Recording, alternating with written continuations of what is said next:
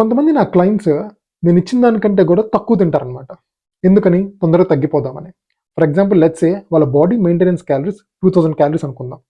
నేను వాళ్ళకి 1800 క్యాలరీస్ ఇచ్చాను అనుకుందాం. కానీ వాళ్ళు 1400 క్యాలరీస్ తింటారు. ఎందుకని? తొందరగా తగ్గిపోదామనే ఆత్రం అనమాట.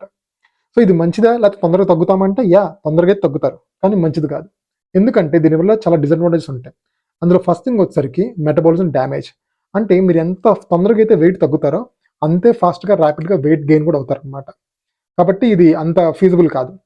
సెకండ్ థింగ్ వచ్చేసరికి మజిల్ లాస్. ఇంత ఫాస్ట్‌గా తగ్గుతున్నప్పుడు ఫ్యాట్‌తో పాటు మీరు మజిల్ కూడా కోల్పోతారు. దానివల్ల మీరు వీక్‌గా కనిపిస్తారు. అలానే వీక్‌గా కూడా ఉంటారు కూడా. ఓకే. ఇది సెకండ్ లాస్. థర్డ్ థింగ్ వచ్చేసరికి సస్టైనబిలిటీ. లాంగ్ టర్మ్‌లో ఇలాంటి ప్లాన్ మీరు ఎక్కువ రోజులు పాటించలేరు. మేబీ క్రాష్ కోర్స్ కింద ఒక 2 మంత్స్, 3 మంత్స్ ఫాలో అవ్వగలరు. దాని తర్వాత సంగతి ఏంటి? సో ఎప్పుడైనా ఇలాంటి చేంజెస్‌ని హెల్త్‌కి సంబంధించి వాటిని లైఫ్ స్టైల్ చేంజ్ కింద చేసుకోవాలి గానీ క్రాష్ కోర్స్